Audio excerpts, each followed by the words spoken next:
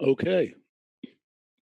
Well, for those joining us on the live stream, this is one of a long series of meetings about language completeness and consistency for Wolfram Language.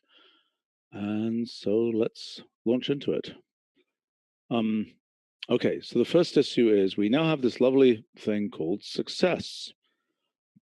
What are the main places that's used? So if I say send mail, hello, it'll come back with hopefully failure. Oh my gosh.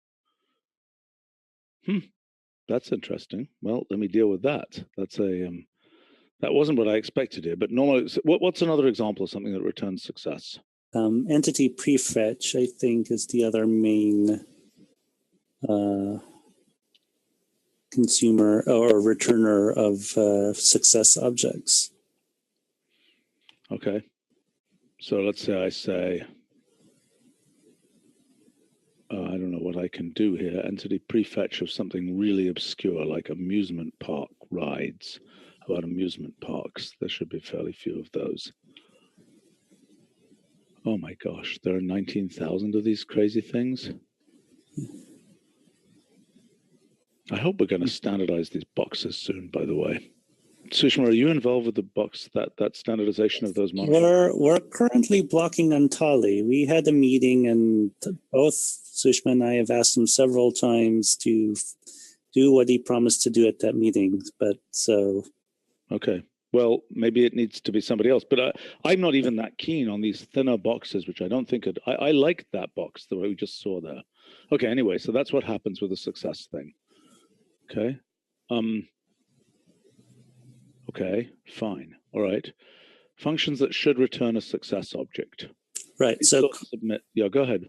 Right. So we went through and we inventoried sort of right. So this is really for external sorts of operations, right? Because, you know, if you're actually computing something, you return the result of the computation. Well, what about things that return null?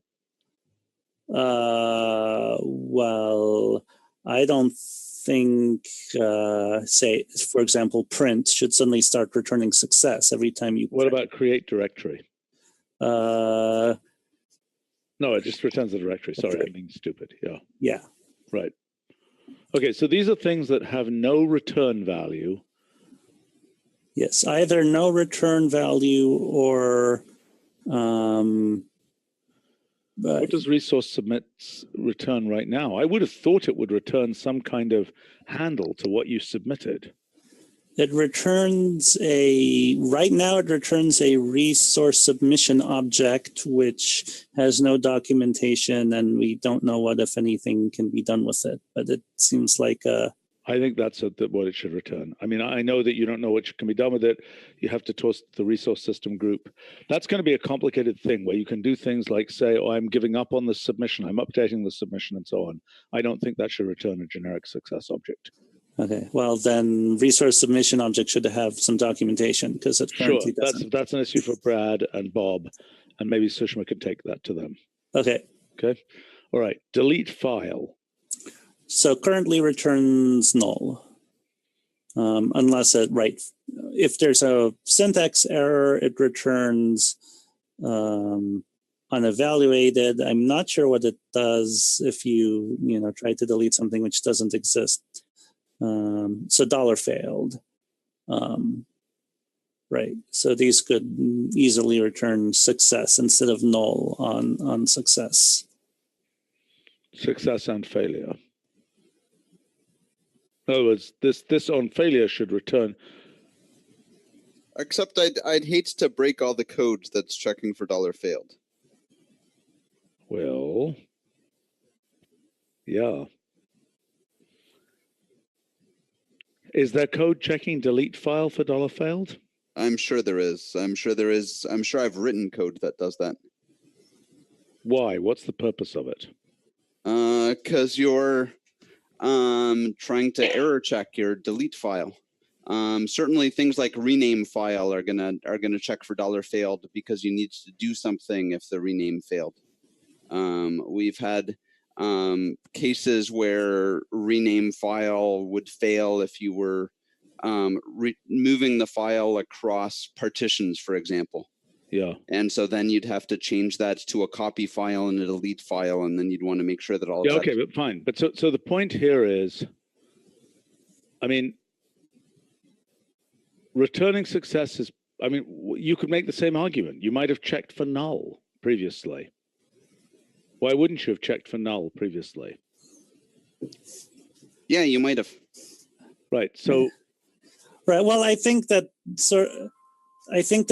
$failed returns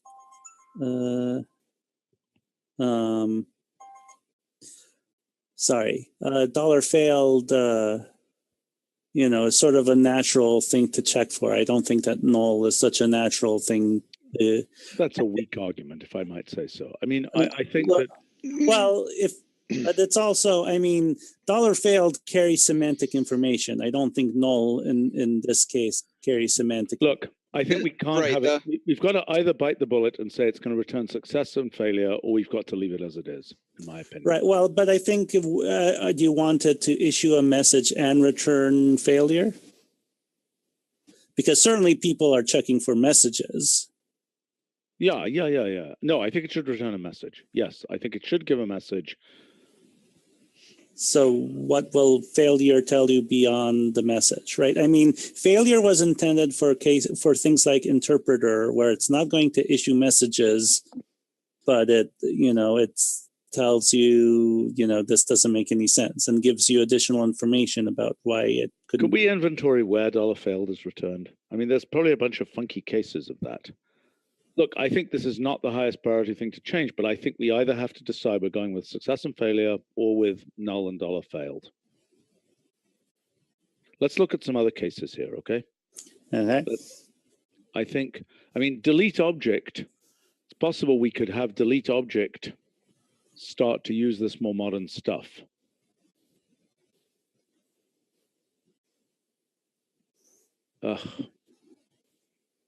Same deal. I mean, look, delete object is the modern form. I would feel less bad about changing that to success and failure. Maybe that's what we should do. Okay. And leave delete file for now, but expect to come back to that. Okay. Okay, let's look at run process and so on.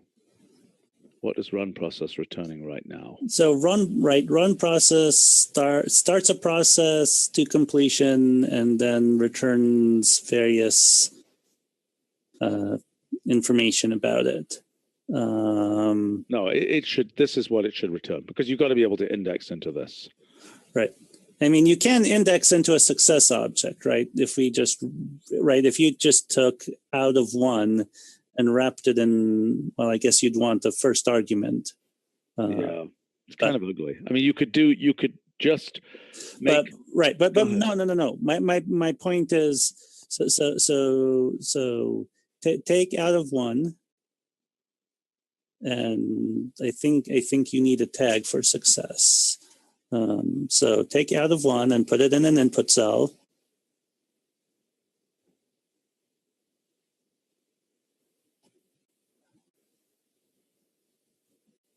Okay, and then now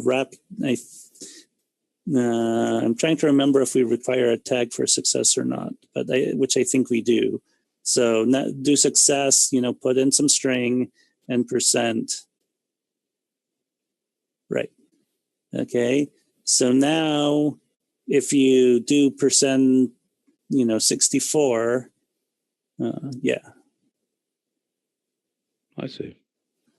So, I mean, unless it's... Well, it's all right. I'm going to reflect back to you something you've said to me. Whenever I want to put in one of these special output forms, you say, why are you hiding the language? Mm-hmm.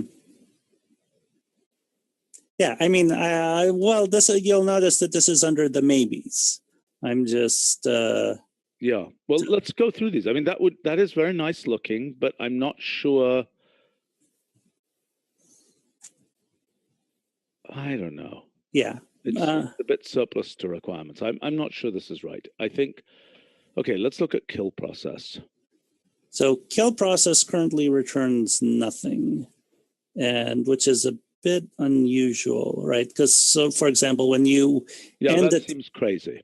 when you add a task, when you end a task, you get the task object that you successfully ended back. So then you can query whatever remaining properties it has.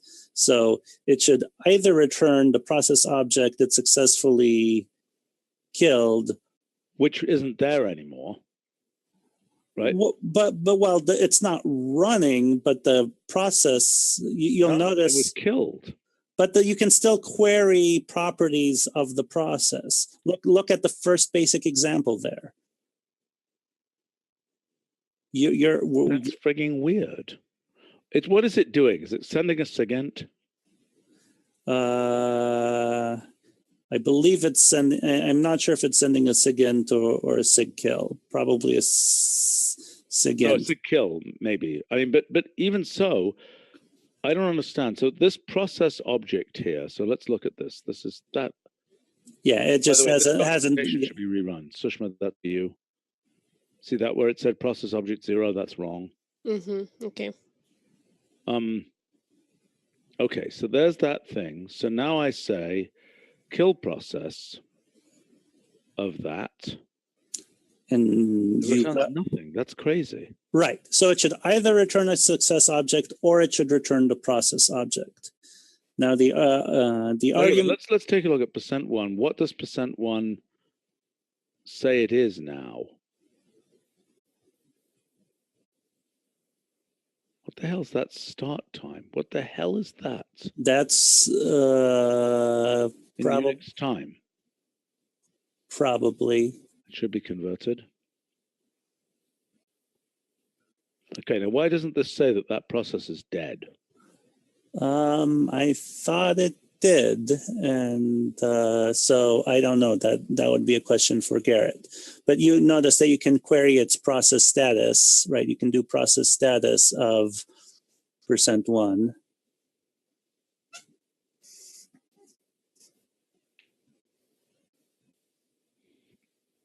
Yeah. So right, and you can query. I think to the extent that there's anything left in the buffer, or right, there was any output that hadn't been drained yet or whatnot, right, you can still access it. So I think probably it should return the process object. But can I ask a stupid question? Sure. Yeah. Did the process finish, or was the process killed? Or is there actually no distinction? It's a system shell. It's a shell with a, that's waiting for whatever it is sent.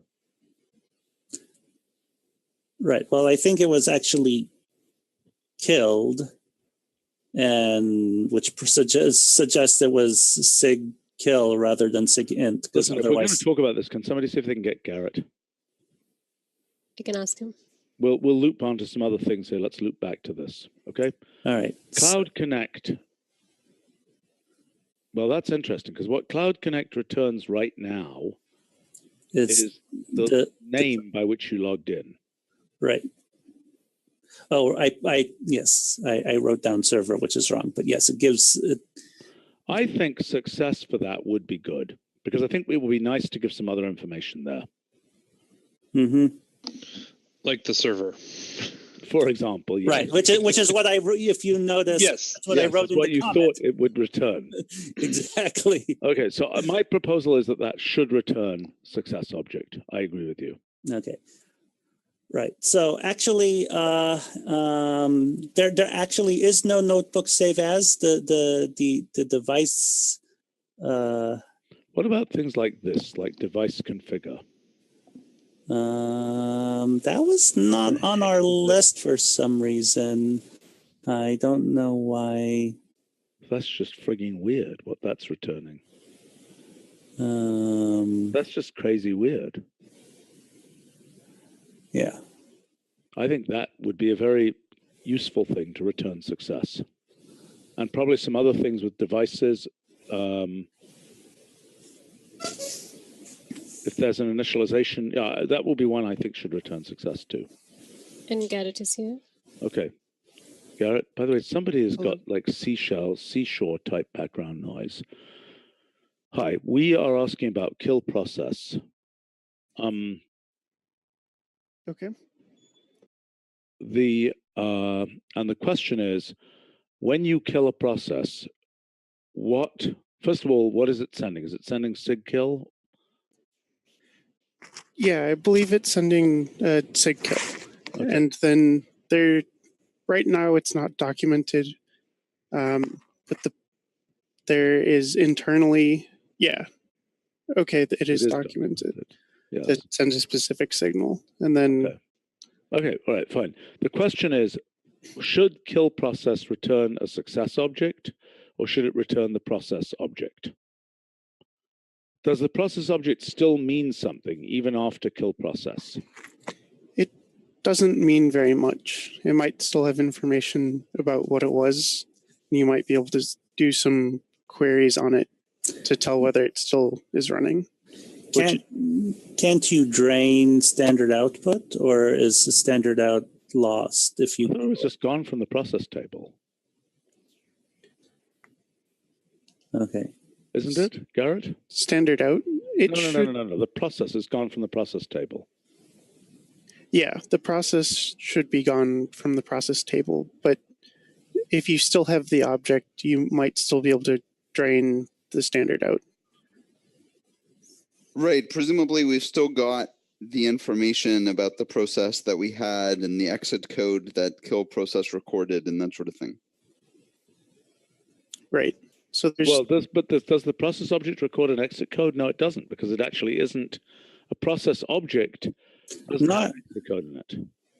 I think it does, Garrett.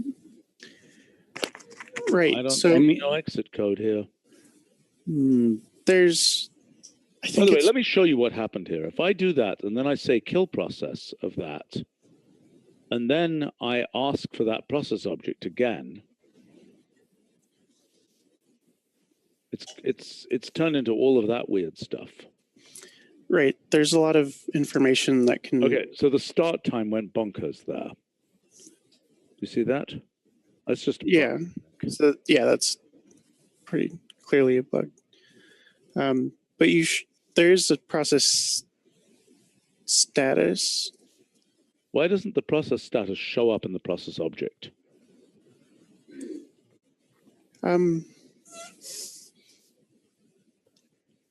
There's a couple pieces of information that just haven't quite made it into the object information yet. Here's what I think should happen with kill process. I think kill process should return a process object, but that in this display, one of the early things above the fold should be process status. Is that making sense? Right. And actually, I just realized why it should definitely not return success, but rather the process object, because if you send sig stop, you would definitely want to be able to continue playing with it. Okay, so that's the conclusion. Kill process should return the process object. The process object should display its process status above the fold. Right. In a perfect world, it might even have some cool icon that indicates whether it's running or not. Okay. Yeah, that would be neat. There was the question about the exit code. You can get the exit code from process information. There's a function, so maybe we can display that as the status. Right. There was, I think we even decided to actually do this. It just got buried behind other projects, right? To change to change process data to subvalues. Right, but process status, excuse me. But right now, sorry, it's not process data, it's process status. Yeah, I think it should be a subvalue. I think that having that as a complete function is kind of, it's now we're committed to it as a complete function, so whatever. Right. Why do we even have process information? Why isn't that just a subvalue on the process object? It's legacy in it. We have a task already right now to kind of move this information into the generic information object. Yes. So what is the status of the generic information object, by the way? It's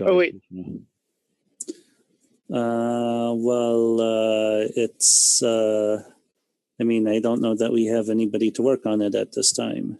I thought you were working on it. No. Humph. Did it die on the vine somehow?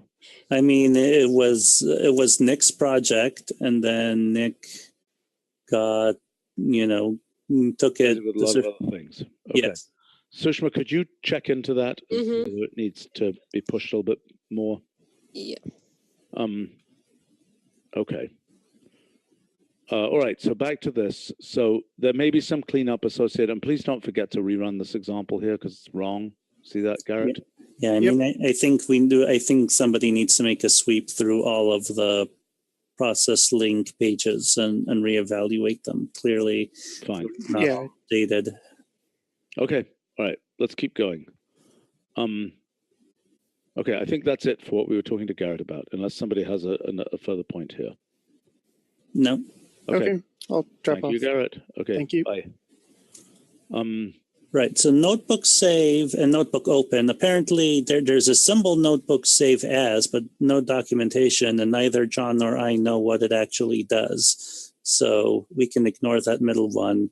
But these are really just interfaces to the. Why isn't it returning the file name? Because it is really. I mean, it could. Right now, right, it's really an interface to the front end, right? Okay, So I profoundly think it should return the file name. okay. Okay. Notebook open returns the actual notebook. Uh, Oh, no. Notebook open, no. That's right. Notebook open is a side effect. It opens the notebook. book. Right. Yes. Notebook save should return the file name, but notebook open. So what the hell does it return? Or unless it returns the notebook object. Um, It should return the notebook object. That's what I'd expect, but it doesn't look like it from that example. although there's a semicolon there, so. Yeah, true. So if you delete the semicolon in the next input, we can. So it does return the notebook object. Okay, so So I think we're all good there. yeah, and then right. So if Okay. and notebook save, I think Should return. right. I'm just saying it. Right, it'll bring up the chooser at least in an unnamed Absolutely. notebook. But then once you've chosen it, should it return the file name or the notebook object? I think the file name. right, because that'll persist even if the next thing you do is notebook close. All right, fine. And what does notebook save? Oh, do? maybe that was the droid we were thinking about. The notebook, maybe that's a typo there, and that should be notebook close, right? Because notebook close is I think currently returns nothing. That must be it. What am I saying? What the earth am I doing here? Notebook close. Somebody on the live stream is suggesting that maybe we need a function to detect and eliminate background noise in these sessions. Yes. Right. So notebook close is the one that doesn't return anything, and this could return. What does close return? What is close? Close of a stream returns the file right. name that was closed. Yes, of course. That was a braino on my part. Well, then the analogous thing for notebook close is that it should return the notebook that was closed. Right. I guess it was closed. So does that notebook object still exist? Yeah, the notebook object is no longer valid, and so I suppose it could. No, but that's right, because notebook close of no arguments is the currently open notebook. Am I making sense? So, and that would not have a name. Close of the string. What on earth is this? String to stream. Oh my gosh, this is so horrifying. Who is making that seashore noise? It's really okay. Look, I don't think we've. I don't hear anything. Just yeah, neither do I. So Well, it's not me for sure because I'm in my usual environment. Which is walking along the beach, right? No, there's I think I've been in some of those meetings. I have been in meetings when I'm walking along the beach, but right now there's snow outside here. Okay. Right. Yeah, I don't know who wrote these basic examples. I guess they didn't want to create a temporary file, but normally it returns the file name. The reason it's returning string there, right, is that it created the string stream rather than opening an actual file. Notebook closed should return the analog of that file name. Right. Which if it was a saved notebook exists, but if it wasn't a saved notebook, then I don't know. Yeah, right. But like that string thing is an example of a weird thing being returned. So the question is, what's the weird thing it should return for notebook close for the current notebook? I think that would be the notebook title. As a string? No, that'd be totally weird because you couldn't distinguish that from a. Look, this is it could really return file of a path to notebook for a saved notebook, and then the string name of the notebook for one that wasn't saved. Yeah, that's a hack. I mean, because for files, we're not returning the file object. For close, we're not returning a file object. Right, but that's because close predates the file object. I'm aware of that, but explain that to users.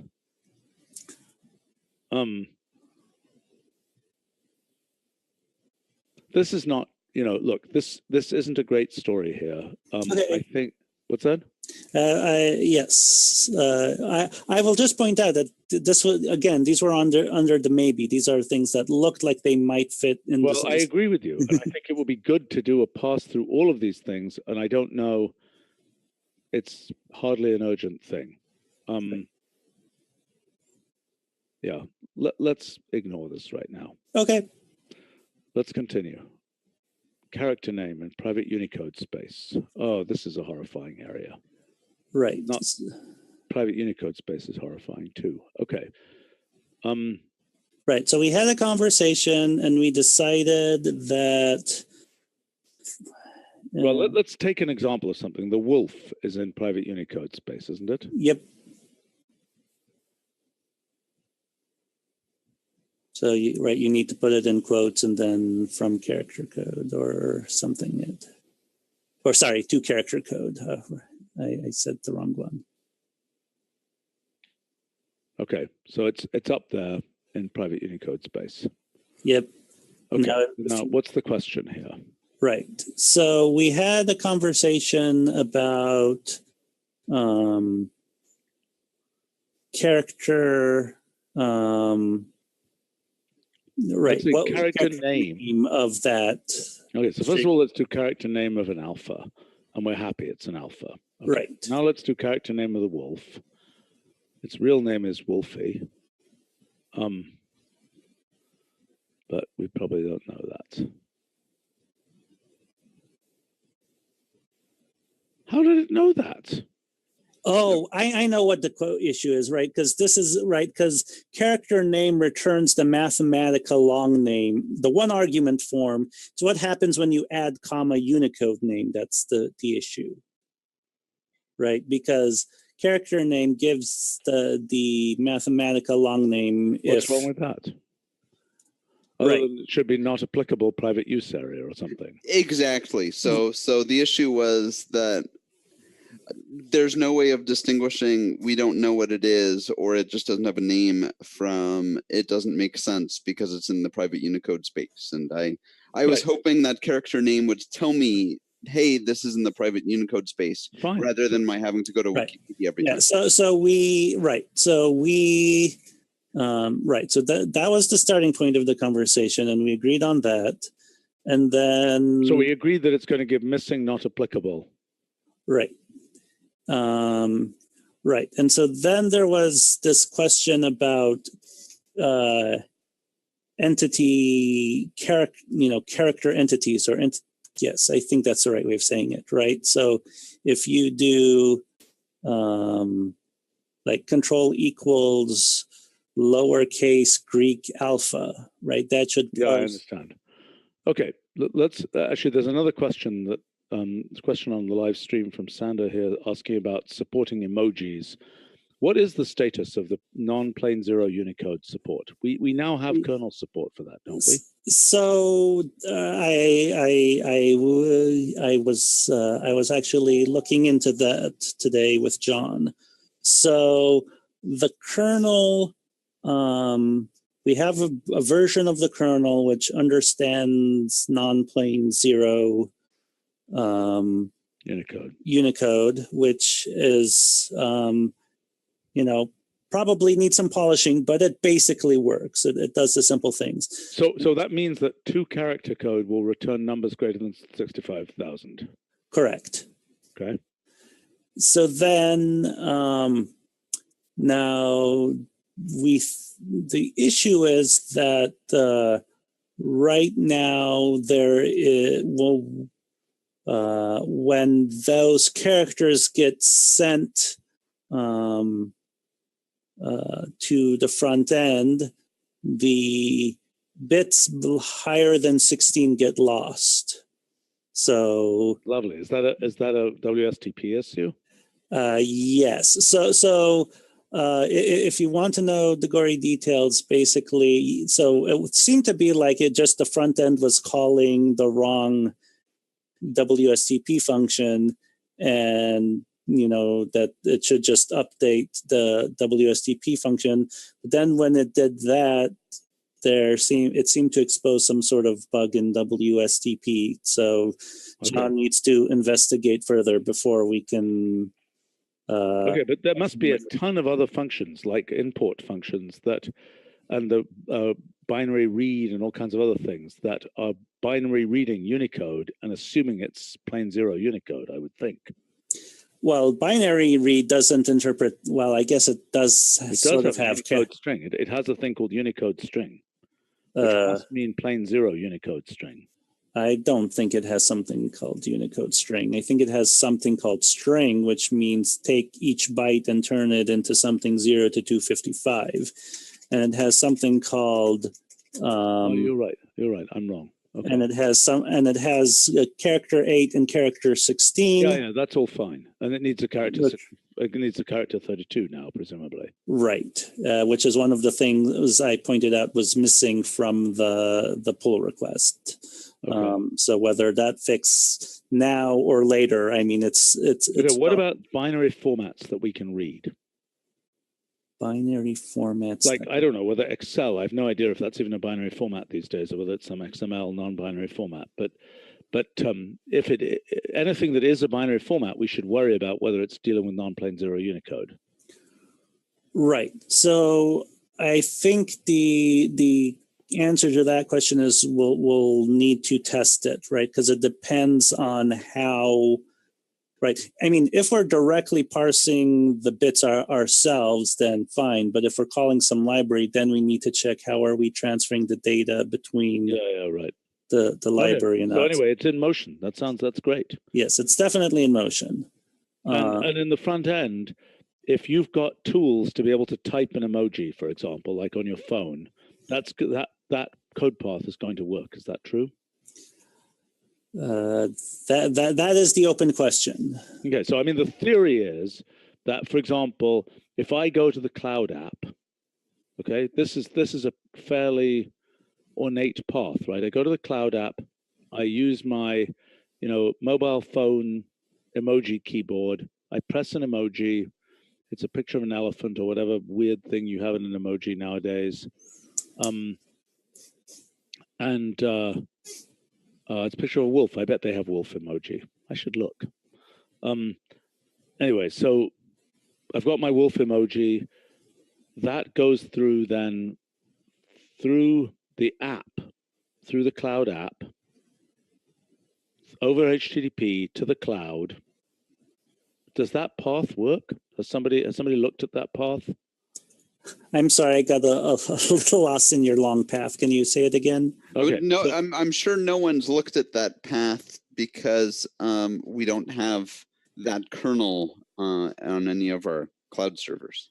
Well, don't we have an internal server running the prototype build? Oh, we do. That I didn't we do. realize. We absolutely do. So if this is in the prototype build, we could look at this.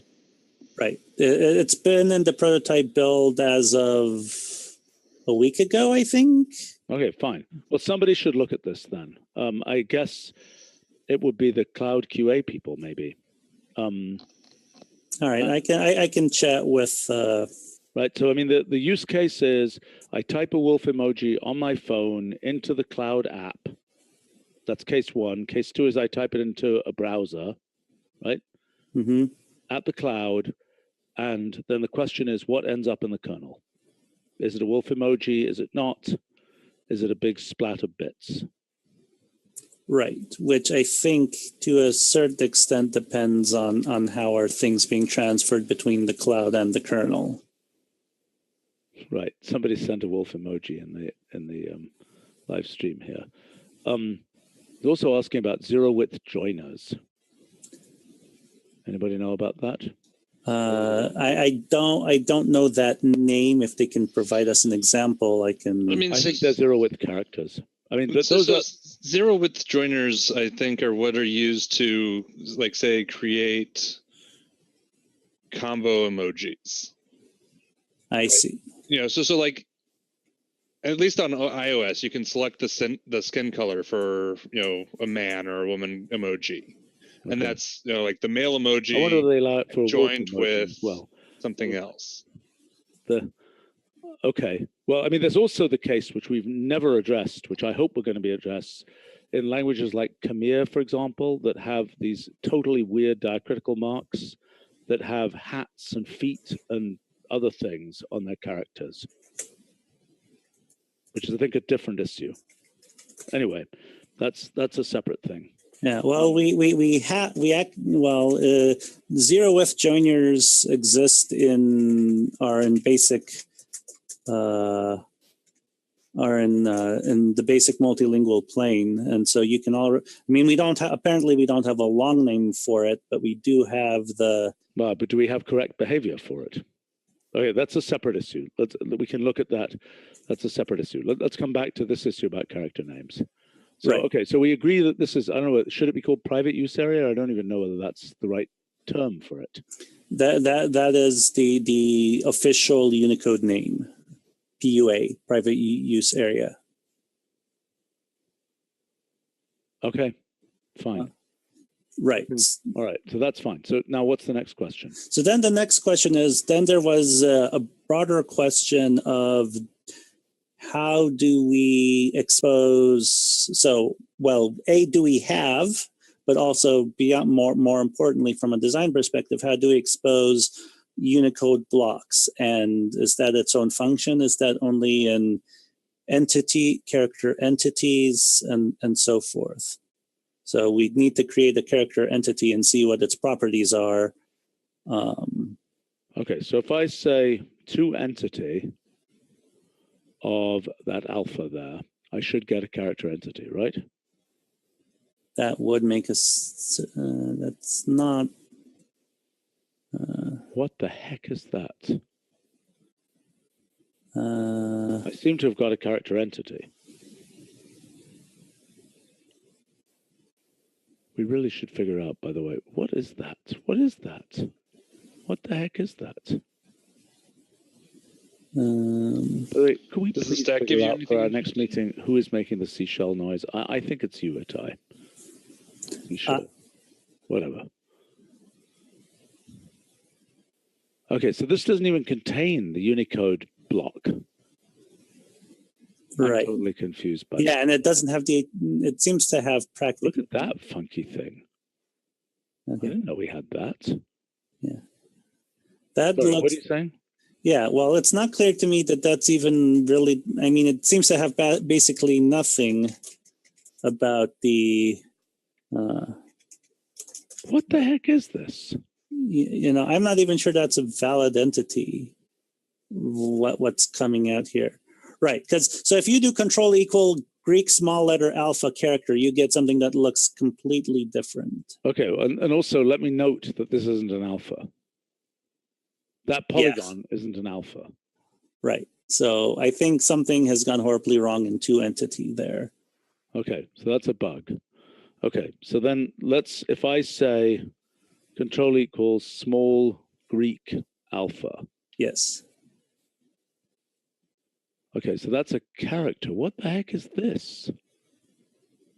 Oh, look at that. Oh, but Look it's at that really weird thing. Okay, so that's just something totally weird with two entity. right. That's a bug in two entity. Okay, all right. Okay, so here, if I say that, it's taking forever. Why is it taking forever? Oh. Okay. What's that? Greek and Coptic. That's the name of the. Okay, so that's the Unicode block.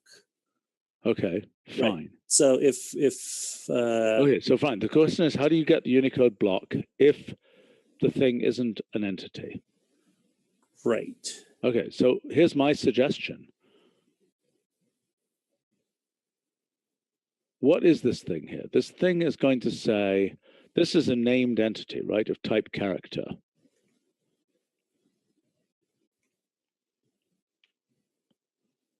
What the heck is that? What is that? Char 03B1? What is that? That is the standard name, right? Which is identifying it as a character and then the hex value. But why is it? Okay, this is something for Tony, and I don't know who worked on character data, maybe Francisco, right? Because that's what, I mean, what I would say that what we should do is to actually have that thing that is something like entity. If it's in private Unicode space, why not have, I mean, I admit this is a little bit bizarre, but I mean, you know, what we were seeing before there was something like this. Right. Which is totally weird. I mean, there's some scrambling here, but I don't think that's the people involved to unscramble this, the people who worked on character data. Right. So I guess my claim is if you, right. So if we take Wolf and do it in, and, you know, look at it in hex,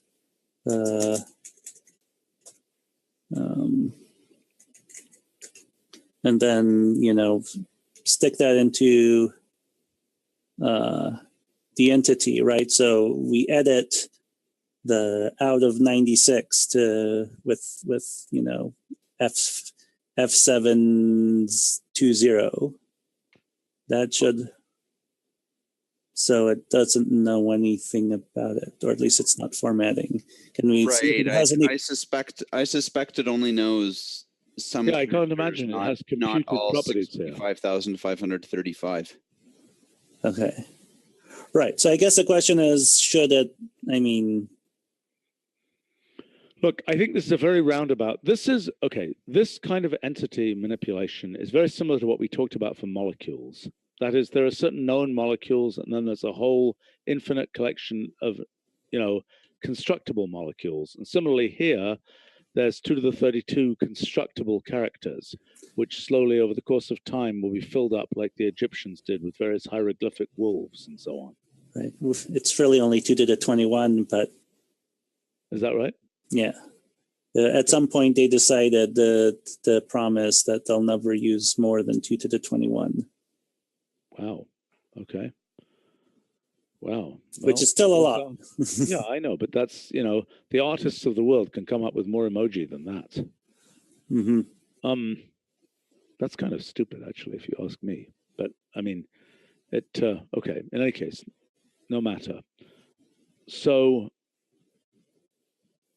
the question is, I mean, it could be that all of those 2 million, if we really believe the 2 million number, which I don't believe, because I think it's going to extend, then we could imagine something where each one of those 2 million is an entity. Right. Or we could decide that characters. Okay, wait a minute. As you go beyond plain zero Unicode, there are perfectly fine Unicode blocks, like there's ones for Akkadian and stuff like this, right? Right. And the emoji, are they categorized?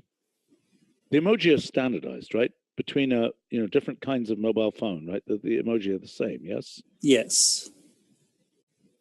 So yes, I mean, I don't know if they all live in one block or the exact technical details, but yes, I mean, the Unicode consortium spends a distressing amount of time on, standardizing emoji instead of finishing up all the actual human languages. Okay. Interesting how these things evolve. Okay, fine. I mean, we're going to wind up with some whole weird thing where we have linguistics for the emoji. Do we have that? I think we do have that in Wolfram Alpha. We have some emoji linguistics, like wolf emoji and stuff like this.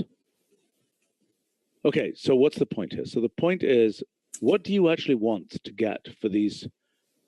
I mean, look, if the emoji are categorized, we might as well have an entity for everything, up to the 2 to the 21. Right, which I think they're only using, a few 100,000 at this point, but. Yeah, but I think conceptually we should support as sort of computed entities, which is what we've been talking about. In other words, this is a finite blob. It's not like molecules where there's an, Right. unbounded collection, okay? So I think we should do these as computed entities, and we have that notion in Entity Store, so I think that's not a difficult notion here. We should have that as computed entities of type character, and that's, if you want to get the Unicode block, that's how you do it. You form the entity, and then you ask for the Unicode block property. Now, should there be a more direct way to get it? Probably not right now. I don't think it's our most important feature. Does that make sense to people? I think Jeremy should probably opine, but I think that makes a certain amount of sense. Okay. Jeremy? Yeah, I mean, we can look into it.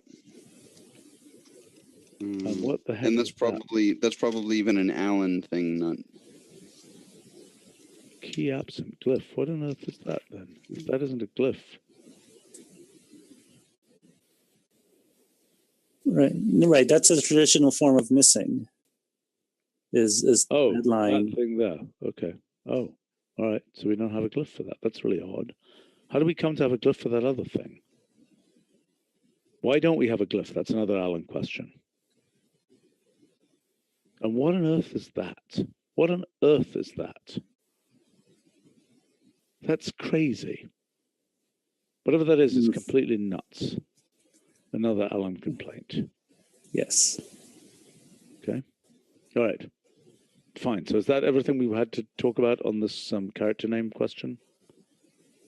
Right. So basically, we needed an action plan about how to access Unicode block, and it sounds like the answer is yes. Through these computed entities. Right. Okay. So this was sort of something. This is a long-running weirdness. Yes, and so let's not discuss that here. Function object is probably the most promising of the things we discussed. Right. Let's talk about from character code and byte array. What's that about? Right. So right now, from character code does not accept byte arrays. Right. And because we have byte array to string. And then, so they're right. Now, of course, that used those as the... right. So that took those bytes in UTF-8 and converted that to a string. And right. So it's a slightly tall string because the last character there is a new line. Now, if you try to do byte array to string of %105 comma Unicode, it will yell at you, and that's because we don't yet really have a way of right. Unicode isn't. Yeah, I see what you're saying. It doesn't know what to byte. Oh, right. What bytes to make. Exactly. So then the default character encoding for from character code is Unicode. So on some level, that was sort of the decision. I see what you're saying. So in other words, there's a round tripping thing here. If we go from character code, so let's say we say range 900 to 920, Okay, and then we say from character code of that. Right. And that thing, arguably, that's a string. Now, how do we make a byte array out of that? Well, so we can use string to byte array, which will give the. But that needs a character encoding. Right. So that's doing it. You'll notice that's much longer because it's in UTF-8. Oh, I see. And this is just going to give complete garbage. No, that's going to work because. How does that work? Because they're both using UTF-8. They both default to UTF-8. So, right, the counter argument is right. So the given that byte array to string doesn't currently understand Unicode, that's sort of why we don't support it in from character code. The counter argument is that you could do binary read list or read byte array and get a bunch of single bytes, which you want to interpret as single bytes to be fed to from character code. And so if you use the one argument form of from character code, that'll interpret them as 0 to 255 code points and give you essentially the ISO Latin characters of those. What is the problem we're trying to solve here? So one point is that within our own strings, we try and optimize things so we're not using up, if the string is just regular, ISO Latin, it's not using whole giant corpulent, non-plain zero Unicode with things for those characters, right? Well, not exactly. I mean, we're essentially using an internal, a slightly customized version of UTF-8 internally. So for pure ASCII, we're using 1 byte per character, and then we use more for higher characters. Yeah. Right. The question is, so I guess the problem. So I guess the question is. Does Unicode does the character encoding Unicode need to be consistent between byte array to string and from character code is really the question. And so the argument that they don't need to be consistent is that they're sort of on some Unicode already can mean multiple things. Yeah, look, I think character encoding arrow Unicode is a hack. Yes. I think that really should be multiple different things, like UTF-8 Unicode, et cetera, et cetera, et cetera. Right. So, right. So then...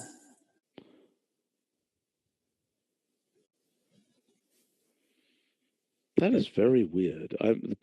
Someone on the live stream is pointing out that maybe the Greek letter, the letter we got, wasn't a Greek alpha, but I think it is because escape is a Greek alpha, so far as I know. Yes, it is. It corresponds to the Unicode code point for alpha. Or at least for one of the Unicode code points. Well, wait a second. So what do I do here if I say Unicode name? Yeah. Yeah, that's Greek small letter alpha. Well, I'm confused. Something went wrong with that entity 945.